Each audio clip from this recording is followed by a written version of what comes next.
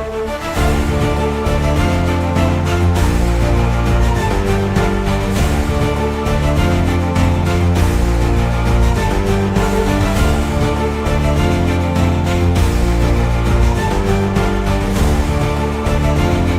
viewers, welcome to Quantum India online classes.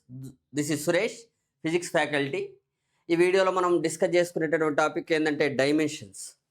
Already మనం last వీడియోలో మనకి ఫిజిక్స్ అంటే ఏంటి, physics what you mean by physics, what are the types of physical quantities and what you mean by unit and system of units and measurement, ఇవన్నీ చూసిన దానికి related practice questions కూడా మనం చూడటం జరిగింది.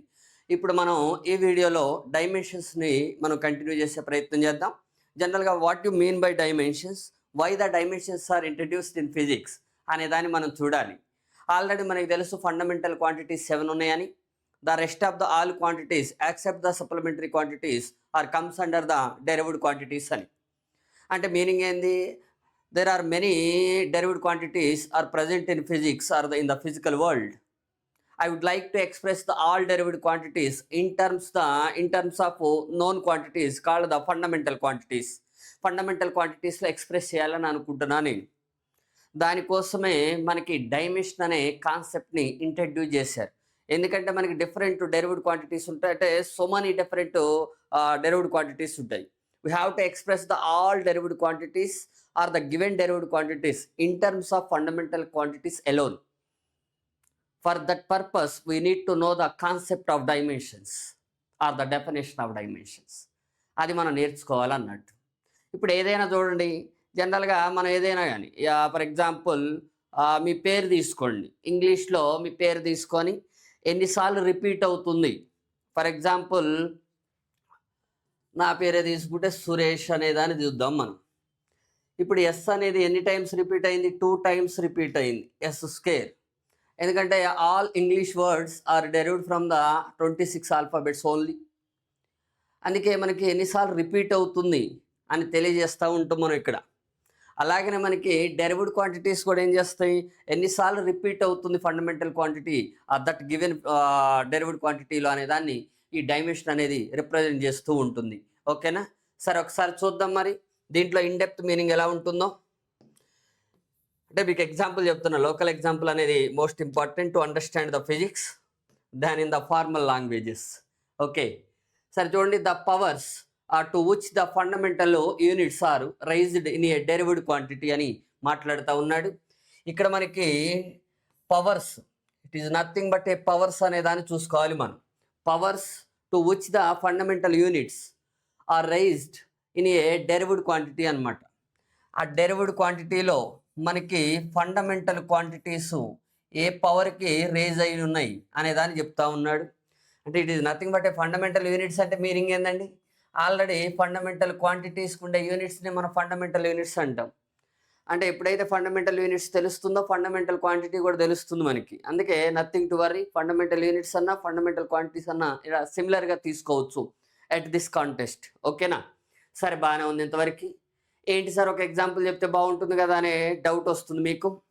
ఇక్కడ ఇంకొక కీ పాయింట్ని మనం అబ్జర్వ్ చేయాలి, ఎందుకంటే థియరిటికల్ పార్ట్లో అడిగే క్వశ్చన్స్. ఇక్కడ మనకి ఏమంటాడు, the powers which the fundamental units, అంటే ఫండమెంటల్ యూనిట్స్ నుంచే ఫండమెంటల్ యూనిట్స్ యొక్క పవర్స్నే మనం డైమెన్షన్స్ అని కాల్ చేస్తున్నాం. అంటే మీనింగ్ ఏంది, dimensions can be derived from the units.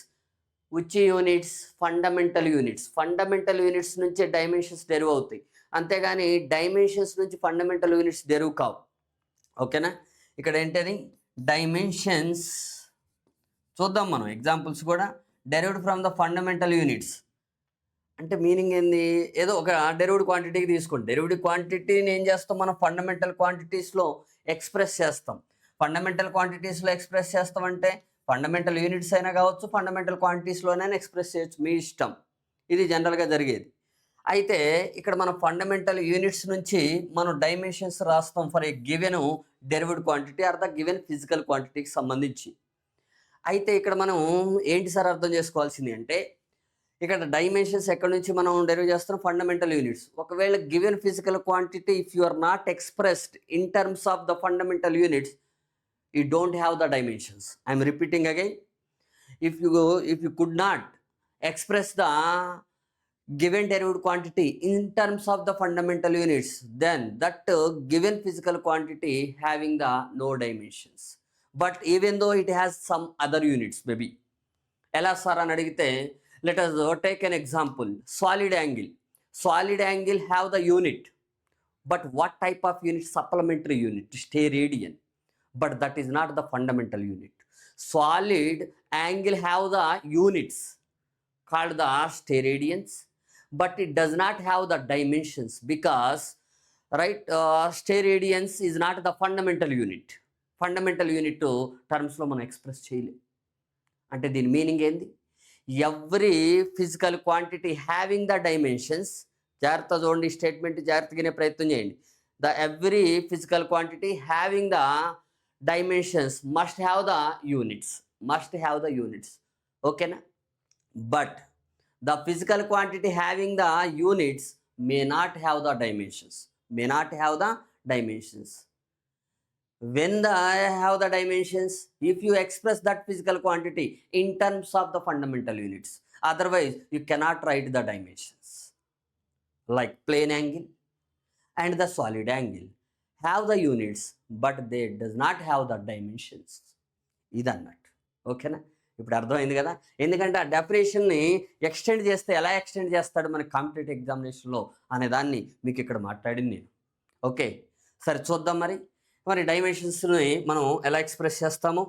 జనరల్గా ఇప్పుడు మనకి ఫండమెంటల్ యూనిట్స్ టర్మ్ అంటున్నాడు కదా, ఒకవేళ ఫండమెంటల్ క్వాంటిటీసే తీసుకున్నారనుకోండి, డైమెన్షన్స్ ఏమైతే చూద్దాం మనం. లెట్ సపోజ్ ఒక ఎగ్జాంపుల్ తీసుకుందాం other than the fundamental units. Let suppose speed or the velocity ఇలా తీసుకుంటున్నా నేను. దీనికి ఫార్ములా మనకి తెలుసు.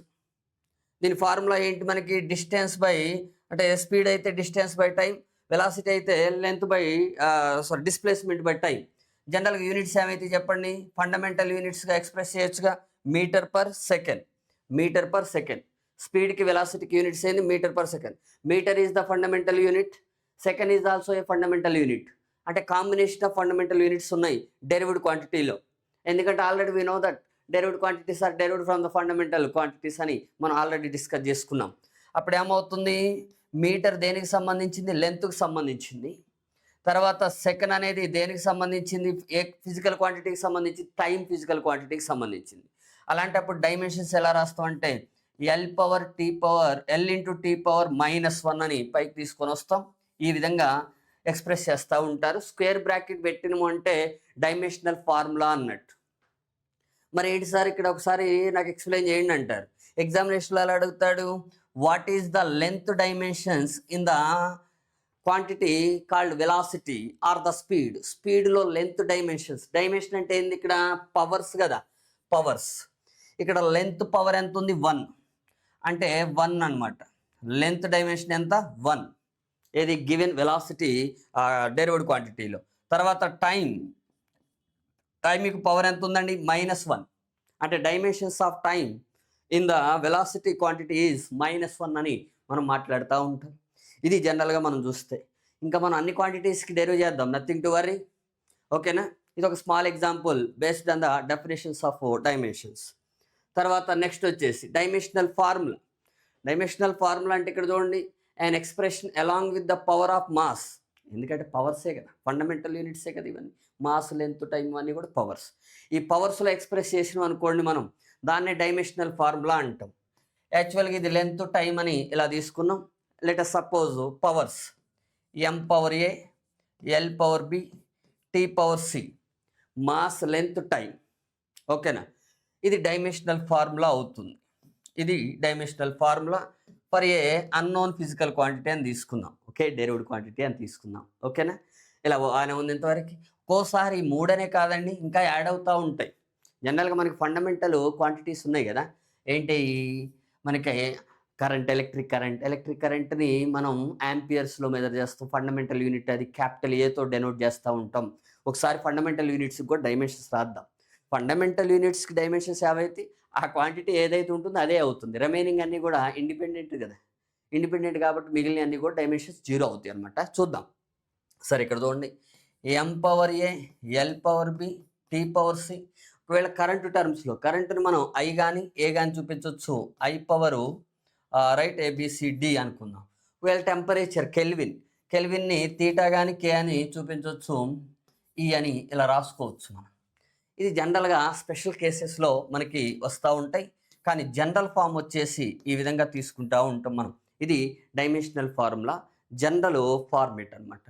ఇక్కడ అంటే స్క్వేర్ బ్రాకెట్ తీసుకొని మన బాక్స్లో ఉంచేస్తాం అనమాట. ఇక్కడికి వచ్చేసి స్పెషల్ కేసెస్లో థెర్మోడైనమిక్స్లో కావచ్చు, లేకపోతే ఎలక్ట్రిసిటీ అండ్ మ్యాగ్నెటిజంలో అవి యాడ్ అవుతూ ఉంటాయి. మనం అవి కూడా చూసే ప్రయత్నం చేద్దాం అనమాట. ఓకేనా. ఈక్వేషన్స్ అన్నాడు అనుకోండి, డైమెన్షనల్ ఈక్వేషన్ యాక్చువల్గా నెక్స్ట్ ఇచ్చాడు.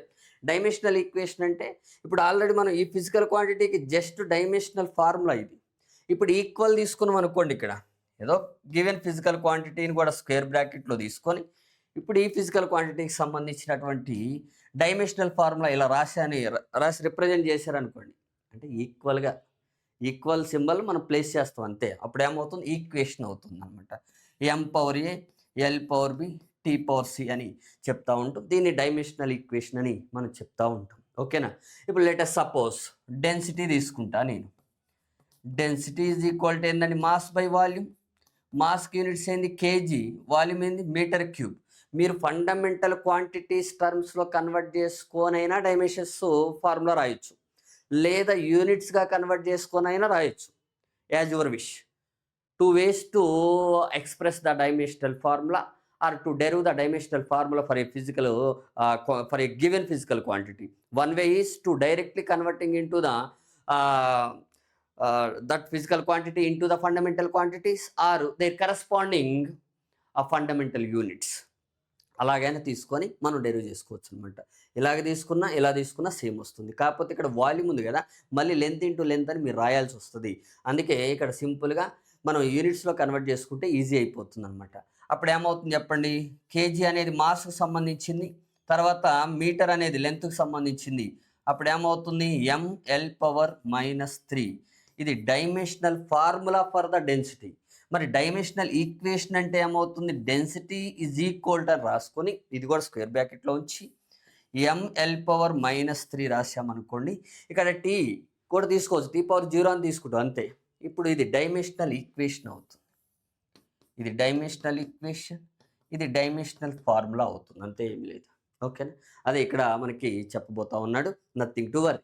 సరే, ఇక్కడ బాగానే ఉంది. ఇప్పుడు మనం ఏం చేద్దామంటే కొన్ని క్వాంటిటీస్కి డైమెన్షనల్ ఫార్ములాస్ ఏ విధంగా ఉంటాయి అనే దాని ఇంపార్టెంట్ క్వాంటిటీస్ని మనం తీసుకొని దాంట్లో ఏమైనా సిమిలారిటీస్ ఉన్నాయేమో అబ్జర్వ్ చేసే ప్రయత్నం చేద్దాం. మనం మెకానిక్స్లో చూద్దాం, ఎలక్ట్రిసిటీ అండ్ మ్యాగ్నెటిజంలో చూద్దాం, థెర్మోడైనమిక్స్లో కూడా చూద్దాం మనం. అప్పుడు ఏమవుతుందంటే మనకి ఓవరాల్గా ఒక ఐడియా వచ్చేస్తుంది, మనకి డైమెన్షనల్ ఫార్ములాస్ ఏ విధంగా రాయాలి, తర్వాత గివెన్ ఇంపార్టెంట్ ఫిజికల్ క్వాంటిటీస్కి డైమెన్షనల్ ఫార్ములా ఏ విధంగా ఉంటుంది అనేదాన్ని అనమాట. ఓకేనా. సరే, దానికన్నా ముందు ఏం చేస్తా అంటే ఫస్ట్ అసలు ఫండమెంటల్ క్వాంటిటీస్కి డైమెన్షనల్ ఫార్ములా ఏమవుతుంది. ఇది ఫండమెంటల్ క్వాంటిటీ. ఇక్కడికి వచ్చేసి ఫండమెంటల్ యూనిట్. ఇక్కడ ఫండమెంటల్ యూనిట్ ఏంది, మాస్. ఫస్ట్ మాస్కి సింబల్ ఏంది, క్యాపిటల్ ఎం. తర్వాత ఇక్కడ వచ్చేసి లెంత్కి వచ్చేసి capital L. Time capital T. తర్వాత నెక్స్ట్ ఎలక్ట్రిక్ కరెంట్కి క్యాపిటల్ ఏ కానీ క్యాపిటల్ ఐ కానీ రాస్తూ ఉంటాం మనం. తర్వాత నెక్స్ట్ అమౌంట్ ఆఫ్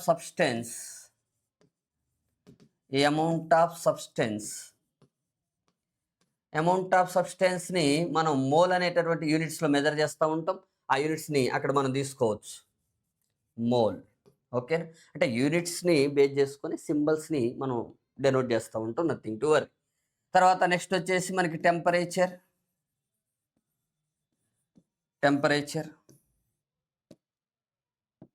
ఇక్కడ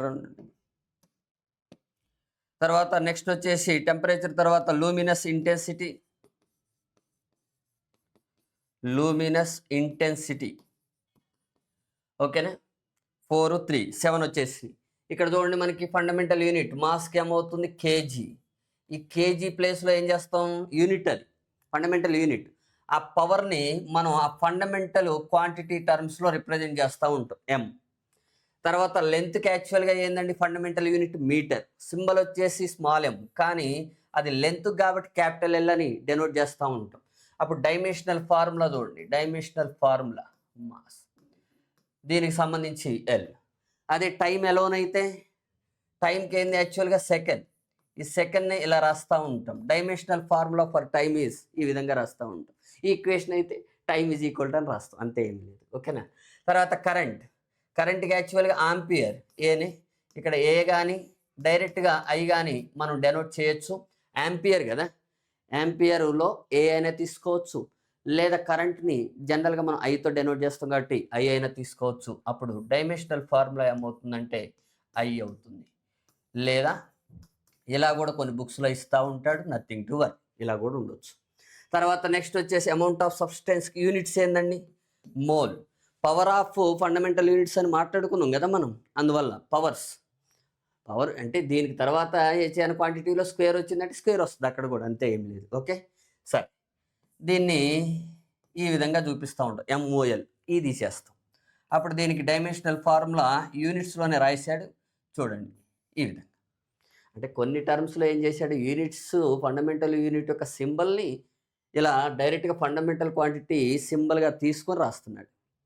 కొన్ని క్వాంటిటీస్ లైక్ మోల్ ఇక్కడ యూనిట్నే షార్ట్ ఫామ్లో తీసుకొని డైమెన్షనల్ ఫార్ములాని మనం రాస్తున్నాం, అంతే అన్నట్టు. ఓకేనా, కన్ఫ్యూజన్ ఏమి కావాల్సిన పని ఏమి లేదు.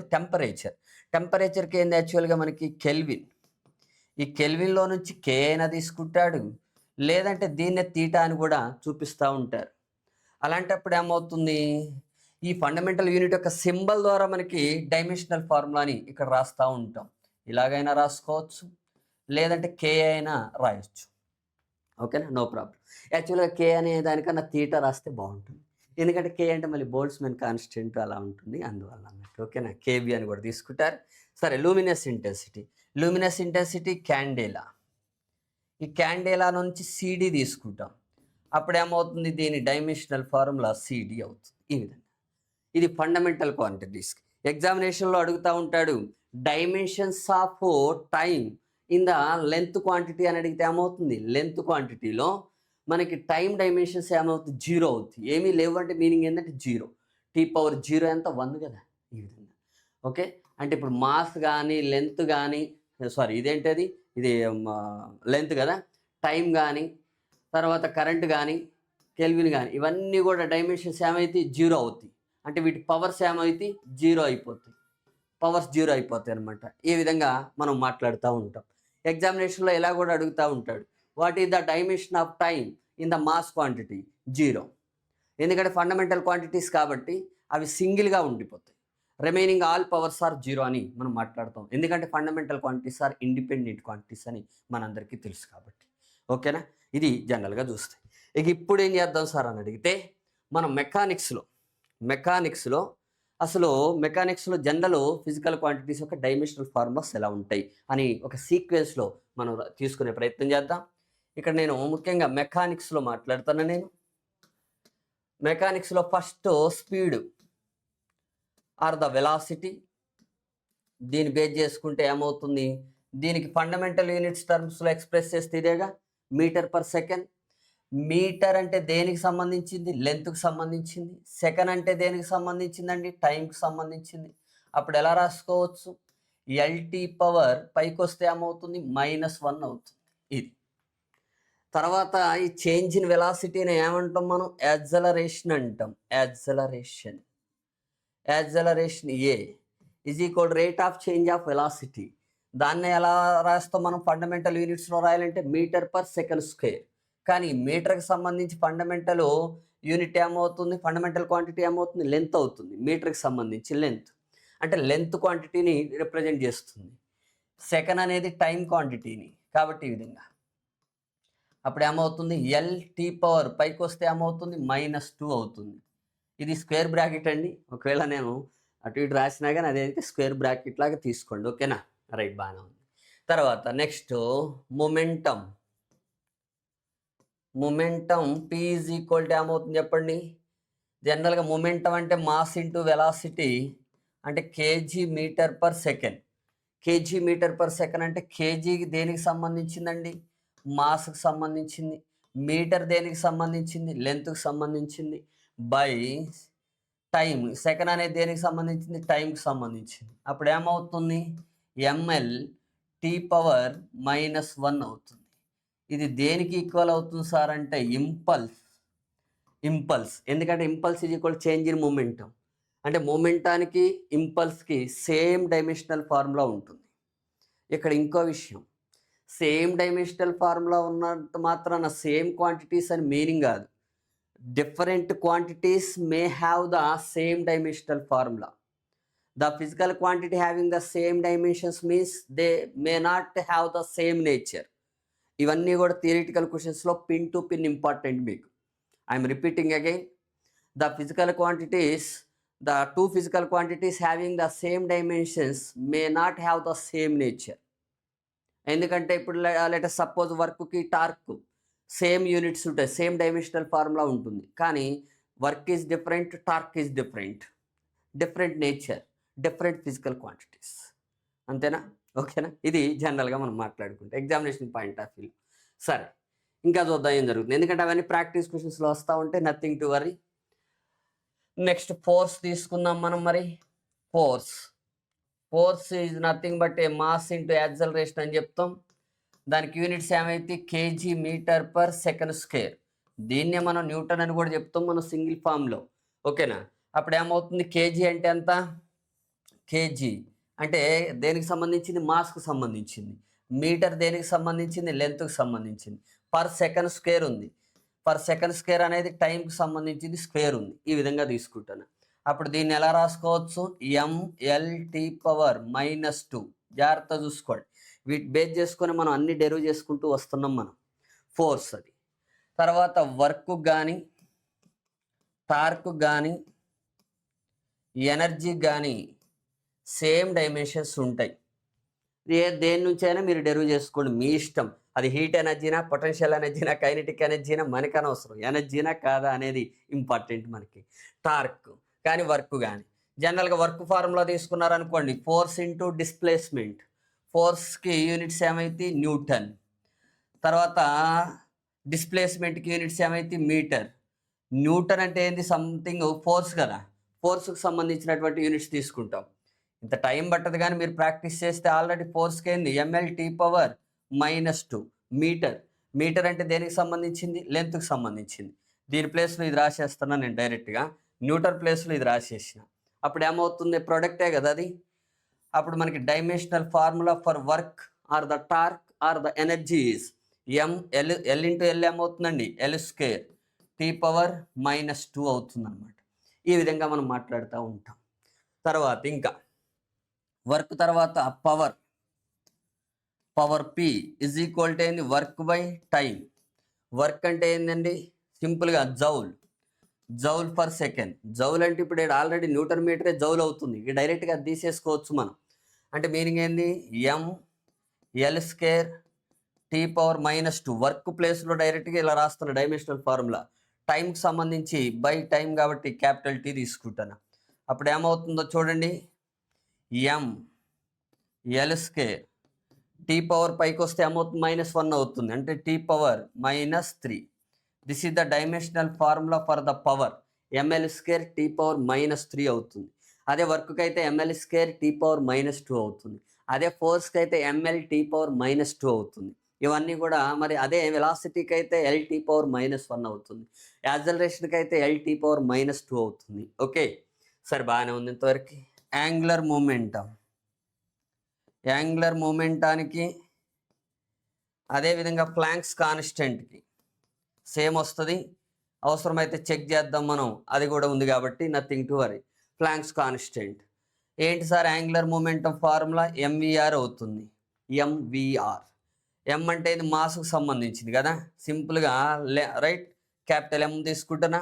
వెలాసిటీకి సంబంధించి ఆల్రెడీ నాకు తెలుసు, LT పవర్ -1, విడిగా రాయాల్సిన పని లేదు. R అంటే radius is nothing but A length.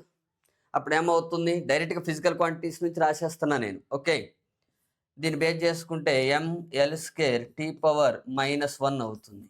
ML² T power -1 అంటే మనకి ఫ్లాంక్స్ కాన్స్టెంట్కి యాంగులర్ మూమెంటానికి have the same dimensions but their nature is different. ఓకేనా? ML² T పవర్ -1 అని మనం మాట్లాడుతూ ఉంటాం.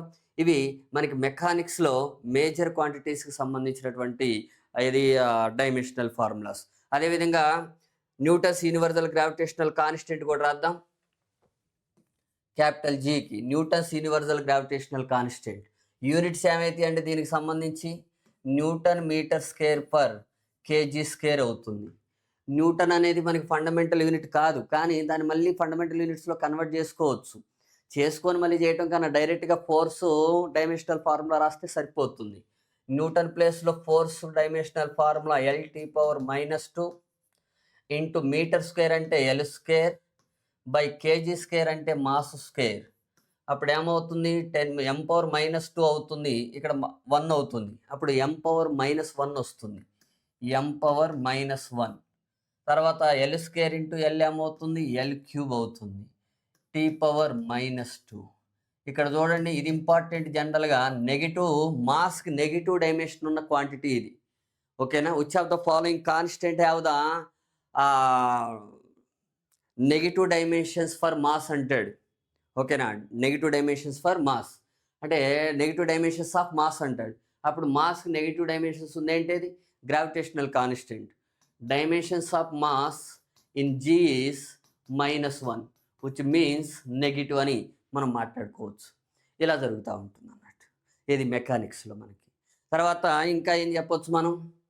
Inertia, moment of inertia. Moment of ఇనర్షియాకి సంబంధించి ఏంటండి? mr² అని తీసుకుంటాం మనం, దాన్నే మూమెంట్ ఆఫ్ ఇనర్షియా అని చెప్తూ ఉంటాం. అలాంటప్పుడు ఏమవుతుంది? దీనికి సంబంధించి మాస్ కాబట్టి ఓకే, డైరెక్ట్గా రేడియస్ కాబట్టి మనకి ఇది రేడియస్ అవునా కదా, రేడియస్ కాబట్టి, లేదా డిస్టెన్స్ కాబట్టి లెంతే కదా, లెంత్ స్క్వేర్ అవుతుంది. ఇదే డైమెన్షనల్ ఫార్ములా అవుతుంది మూమెంట్ ఆఫ్ ఇనర్షియాకి సంబంధించి. టార్క్కి ఆల్రెడీ మనం రాసినాం, టార్క్కి వర్క్కి తర్వాత మనకి ఎనర్జీకి సేమ్ ఉంటాయని మనకి అందరికీ కూడా తెలుసు అన్నట్టు. ఇవన్నీ కూడా మనకి మెకానిక్స్లో మేజర్ ఫిజికల్ క్వాంటిటీస్కి సంబంధించినటువంటి డైమెన్షనల్ ఫార్ములాస్. నెక్స్ట్ ఏం చేద్దాం సార్ అని అడిగితే electricity and magnetism. Electricity and మ్యాగ్నెటిజంలో మేజర్ క్వాంటిటీస్కి అంటే ఇంపార్టెంట్ క్వాంటిటీస్కి రాసే ప్రయత్నం చేద్దాం మనం. మ్యాగ్నెటిజం జనరల్గా ఎలక్ట్రిసిటీ అంటే ఛార్జ్ నుంచి స్టార్ట్ చేద్దాం. మ్యాగ్నెటిజం అంటే పోల్ స్ట్రెంత్ నుంచి స్టార్ట్ చేయొచ్చు. అక్కడ అంతే, ఏం లేదు. ఇక్కడ ఛార్జ్, అక్కడ పోల్ స్ట్రెంత్ అనమాట. ఓకేనా? సిమిలారిటీ. సరే, ఇక్కడ చూద్దాం. ఛార్జ్కి ఏమవుతుందండి? క్యూ అని డెనోట్ చేస్తాం. క్యూ ఈజ్ ఈక్వల్ టు ఏంది? IT. I is equal to Q/T కదా. ఐ అంటే current is equal to charge by time మనందరికీ తెలుసు. కాబట్టి సింపుల్గా కరెంట్కి ఏం చెప్పొచ్చు మనం? ఐ అని చెప్పొచ్చు కదా. ఐ కానీ ఏ కానీ, నేను ఇక్కడ ఐ అని తీసుకుంటున్నా, కొన్ని బుక్స్లో ఏ అని ఉంటుంది, నథింగ్ టు వరీ. లేదా టైంకి సంబంధించి సింబల్ ఏంటి? Capital T.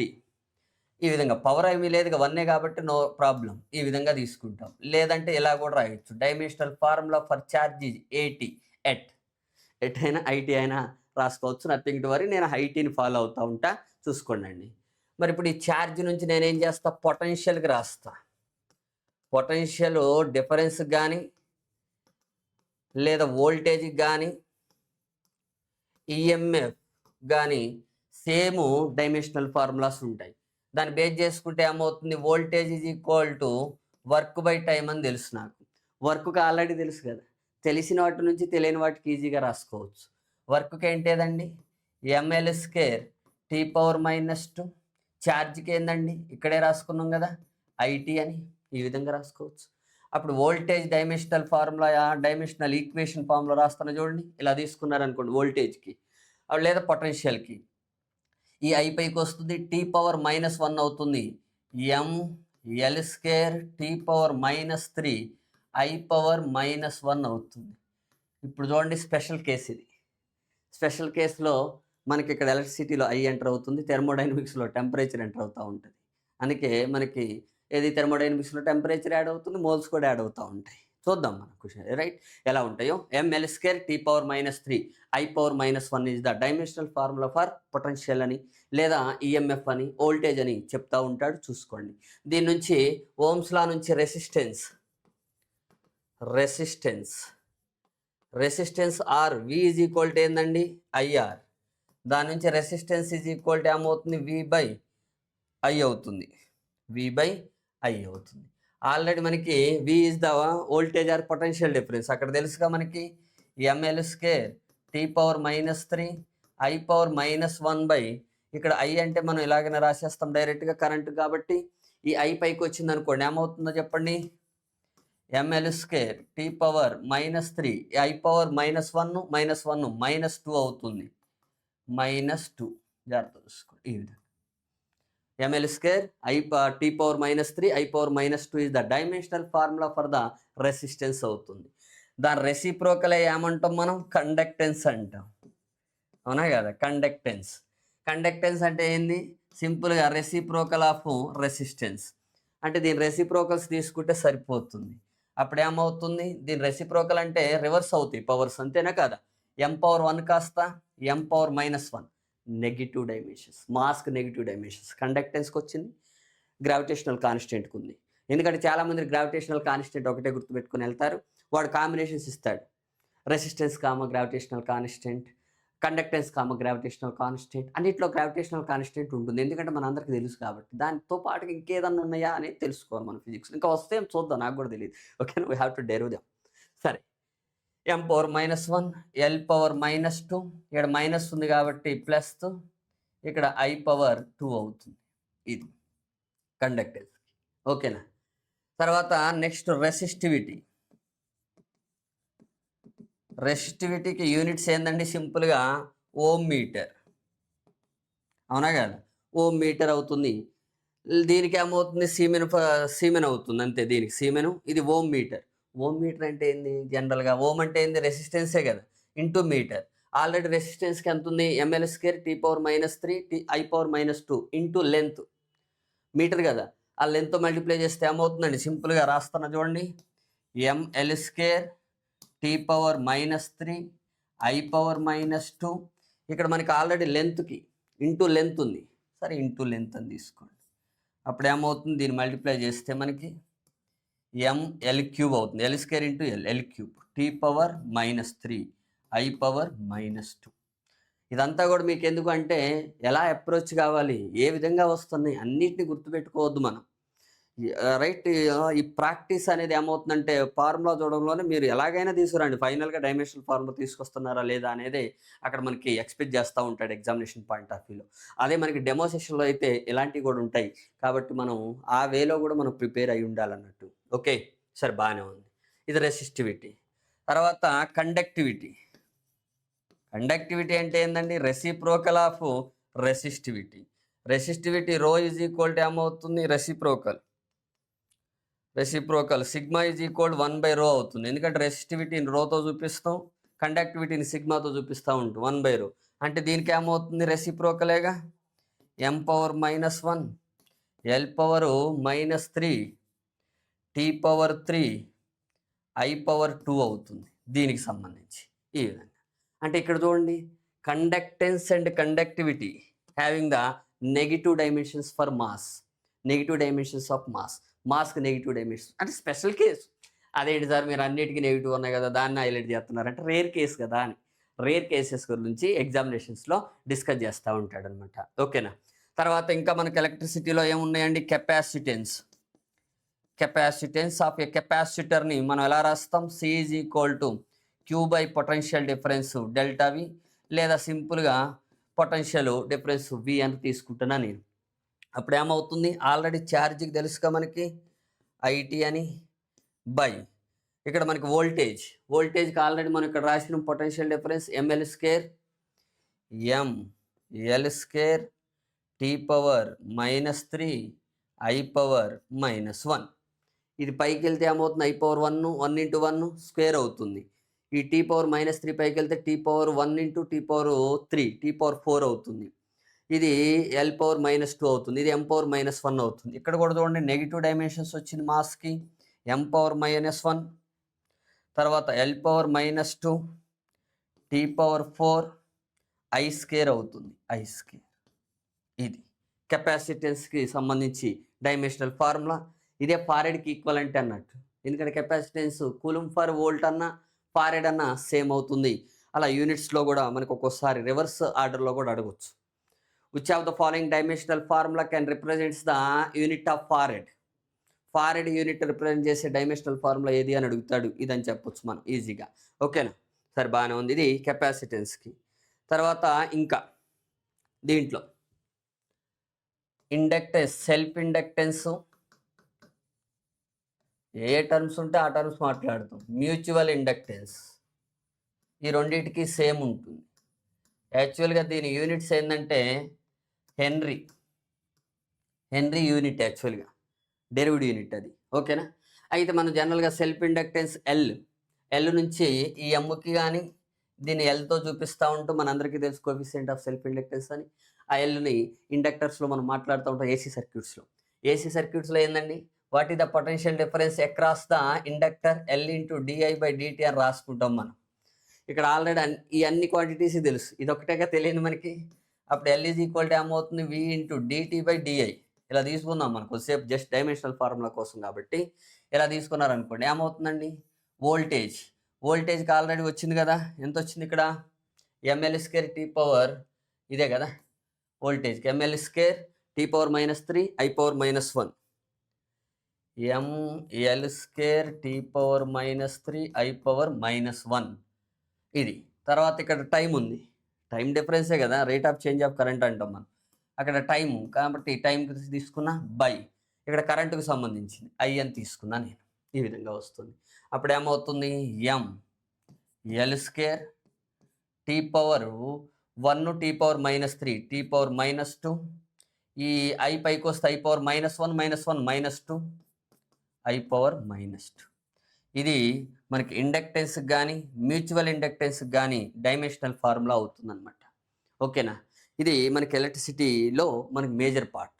Electricity and magnetism అన్నాం కదా, మ్యాగ్నెటిజం కూడా చూద్దాం ఇప్పుడు. ఓకేనా? మ్యాగ్నెటిజం కూడా ఎక్స్టెన్షన్ తీసుకుంటున్నా చూడండి. ఇప్పుడు మనకి జనరల్గా magnetic induction capital B is equal 2 formulas ఉంటాయి. దీన్నే మ్యాగ్నెటిక్ ఫ్లక్స్ డెన్సిటీ అని కానీ మ్యాగ్నెటిక్ ఇండక్షన్ అని కానీ అంటాం. మనందరికీ తెలుసు ఫ్లక్స్ డెన్సిటీ అంటే flux by magnetic flux per unit area. దీని యొక్క ప్రాపర్ మీనింగ్స్, డాట్ ప్రోడక్ట్స్ అవన్నీ కూడా will discussed in the main chapters or the corresponding chapters అనమాట. ఓకేనా? నేను ఇక్కడ ఓన్లీ బేసిక్ చాప్టర్లో భాగంగా కొన్ని టర్మ్స్ యూజ్ చేస్తూ ఉంటా. మళ్ళీ మీరు అదేదో సార్ డాట్ ప్రోడక్ట్ కదా మీరు ఇలా చెప్తున్నారు ఏందని అడుగుతున్నాను ప్రస్తుతానికైతే. ఓకేనా? సరే బాగానే ఉంది. Force by pole strength per unit pole strength అని తీసుకుంటాం. నేనేం చేస్తానంటే దీని నుంచి రాబడతా, తర్వాత ఎందుకంటే ఫ్లక్స్ కూడా రాబట్టచ్చు తర్వాత. ఎందుకు సార్ అని అడిగితే నాకు ఇది తెలుసుగా, units newton per ampere metre అని తెలుసు. ఎందుకంటే పోల్ స్ట్రెంత్కి యూనిట్స్ ఏంటంటే ఆంపియర్ మీటర్ అని మనకు వస్తుంది. మరి దీనికి సంబంధించి ఫోర్స్ ఏంటేదండి, ml t power -2 by ampere అంటే ఐ, తర్వాత మీటర్ అంటే లెంత్ కదా ఎల్ అవుతుంది. ఓకేనా? ఆంపియర్ ప్లేస్లో ఐ అని రాసుకున్నా, మీటర్ ప్లేస్లో లెంత్ అని రాసుకున్నా. అప్పుడు ఏమవుతుంది, దాన్ని సింప్లిఫై చేస్తే ఎల్కి ఎల్ గెట్స్ క్యాన్సిల్, అంటే ఎల్ పవర్ 0 అని కూడా తీసుకోవచ్చు. ఒకవేళ మీరు రాస్తే 0 అని తీసుకోండి, రాయకపోతే అసలు వదిలేయచ్చు, no problem. t power -2 I power -1 ఇది dimensional formula for magnetic field intensity or the magnetic induction or the magnetic flux density అని మనం మాట్లాడుతూ ఉంటాం. మరి దీని నుంచి ఇప్పుడు ఫ్లక్స్ ఈజ్ ఈక్వల్ టు ఏమవుతుంది, బిఏ అవుతుంది కదా. బిఏ అంటే డిగ్రీ బిఏ కాదు ఇది. ఓకేనా? సరే, ఇక్కడ బి అంటే తెలుసు కదండి మనకి, ఆల్రెడీ ఇక్కడికి వచ్చింది కదా మనకి, ml power 0 t power -2 I power -1. తర్వాత ఏరియా అంటే లెంత్ కదండి, లెంత్ స్క్వేర్ కదా, లెంత్ స్క్వేర్ మీటర్ స్క్వేర్ కదా, యూనిట్స్ నుంచి డైరెక్ట్గా తీసుకోవచ్చు. అప్పుడు దీన్ని మనం సింప్లిఫై చేస్తే L power 0 into L power 2 అంటే జస్ట్ ఎల్ పవర్ 2నే ఉంటుంది, t పవర్ -2 ఐ పవర్ -1 అవుతుంది. ఈ విధంగా ఇది జనరల్గా మనకి మ్యాగ్నెటిక్ ఫ్లక్స్కి వివరం చదువుతారు కదా మీరు. సిజిఎస్ యూనిట్స్ వచ్చేసి మాక్స్వెల్ అని, అదే మనకి మ్యాగ్నెటిక్ ఇంటెన్సిటీకి అయితే టెస్లా అని, సిజిఎస్ యూనిట్ వచ్చేసి గాస్ అని మనం చదువుతూ ఉంటాం. తర్వాత వీళ్ళందరూ వస్తారు, మనం పలకరిస్తారు, నథింగ్ టు వర్రీ. ఇది జనరల్గా మనం దీన్ని తీసుకుంటే. అదేవిధంగా మ్యాగ్నెటిక్ పర్మియబిలిటీకి ఏమవుతుందండి, permeability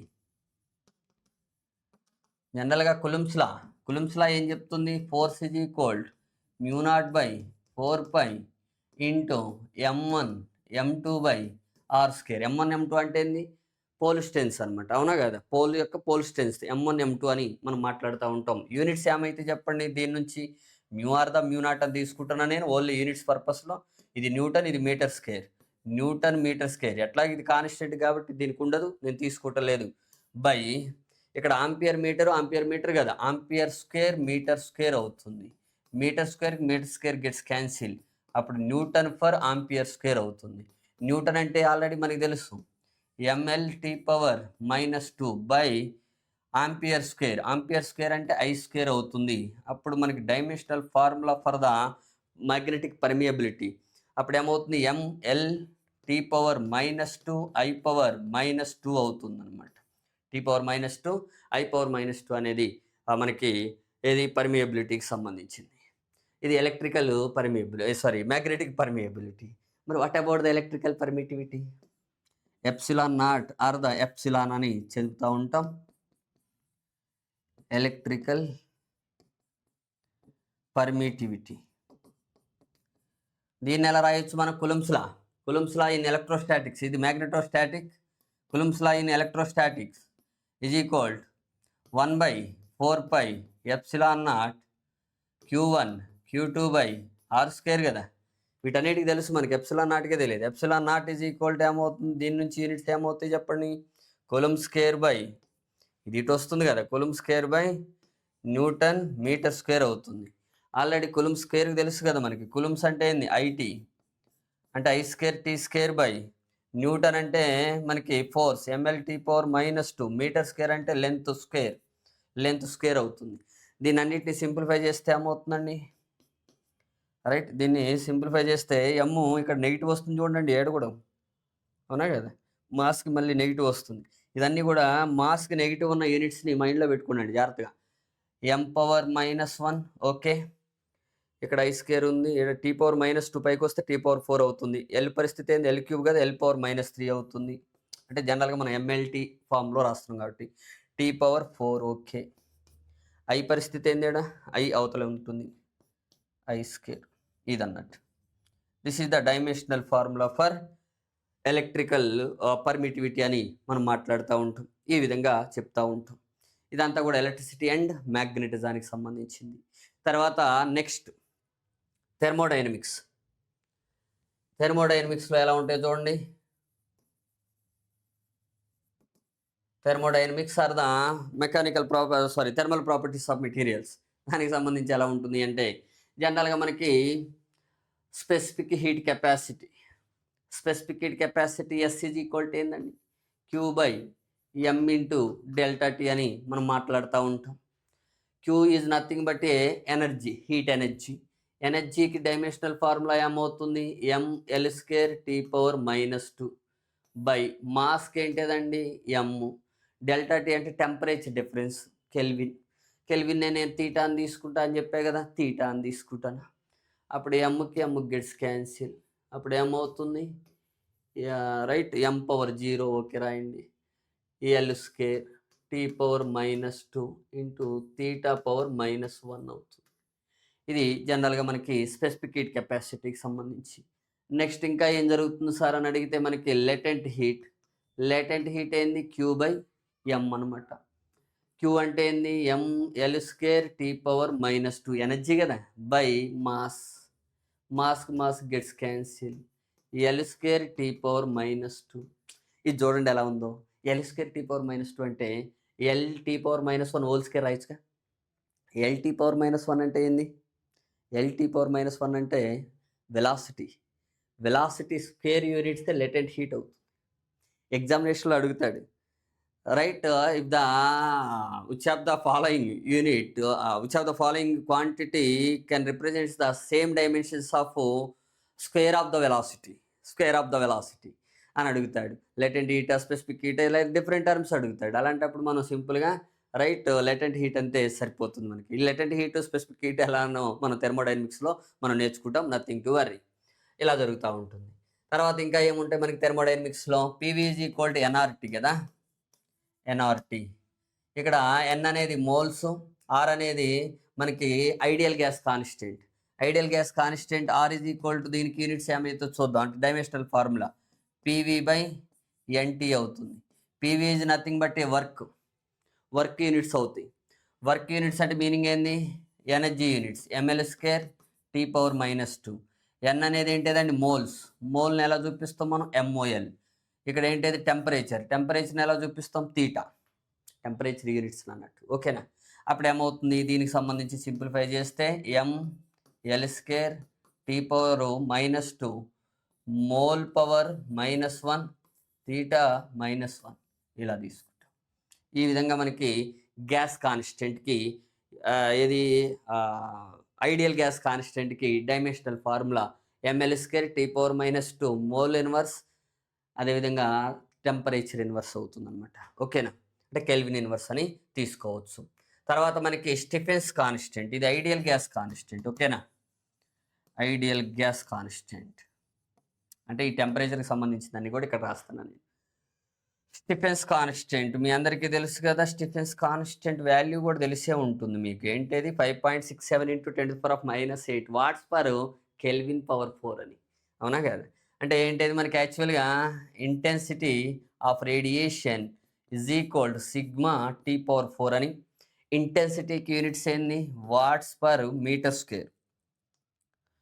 watts per metre square is the intensity units by మనకి ఏమవుతుంది? కెల్విన్ పవర్ 4 అవుతుంది. దీన్నే watts per metre square kelvin power 4 అని మనం రాస్తూ ఉంటాం units. Watts is nothing but a పవర్కి సంబంధించి తెలుసు, మన వీటన్నిటికీ కూడా తెలుసు. పవర్కి ఏమైందో చూడండి మెకానిక్స్లో అంటే మళ్ళీ నేను చూడటం ఎందుకులేని. ఓకేనా? వర్క్ పవర్కి ఏమవుతుంది? ml² T⁻⁻3. ఇంకో టీ యాడ్ అవుతుంది, ఎందుకంటే బయట ఉంటుంది, వర్క్ బై టీ టైం కదా. ml² T⁻⁻3. ఓకే, ఇక్కడ రాయండి. ఇక్కడ సిగ్మా కాన్స్టెంట్ అంటే దీనికి యూనిట్స్ అండి ఇవి. ఓకేనా? దీనికి యూనిట్స్ని ఇలా కన్వర్ట్ చేసుకున్నాం మనం, ఏది సిగ్మాకి. దీన్నే మనం స్టిఫెన్స్ కాన్స్టెంట్ అంటాం. ఓకేనా? సరే, ఈ వాల్యూ కూడా ఎంత ఉంటుందండి? సిగ్మా ఈజ్ ఈక్వల్ 5.67 × 10⁻⁸ అని 5, 6, 7, 8 అని గుర్తుపెట్టుకుంటారని చెప్తా ఉంటారుగా మనకి. Watts per metre square kelvin power 4 అని రాసుకుంటాం అనమాట. ఓకేనా? సరే, ఇప్పుడు చూడండి దీనికి సంబంధించి డైమెన్షనల్ ఫార్ములా ఏమవుతుందో ఈక్వేట్ చేస్తున్నా నేను. ఇప్పుడు మనకి ఇలా తీసుకోండి డైరెక్ట్గా. ml² T⁻⁻3 పవర్కి సంబంధించింది, లెంత్కి సంబంధించింది కదా, లెంత్ స్క్వేర్ θ⁻4. అప్పుడు ఏమవుతుంది? L² క్యాన్సిల్ అవుతుందిగా ప్రశాంతం. ఇంకా మనకి అప్పుడు L² gets cancel, m T⁻⁻3 θ⁻⁻4 అవుతుంది. ఇది స్టిఫెన్స్ బోల్ట్జ్మాన్ కాన్స్టెంట్కి సంబంధించినటువంటి ఏది డైమెన్షనల్ ఫార్ములాగా మనం తీసుకుంటూ ఉంటాం. అలా కాకుండా మరి బోల్ట్జ్మాన్ కాన్స్టెంట్ అయితే already kinetic energy per degree of freedom for పార్టికల్కి ఎంత ఉంటుంది? 12 kT అని మనం మాట్లాడుతూ ఉంటాం. Where k is nothing but a Boltzmann constant.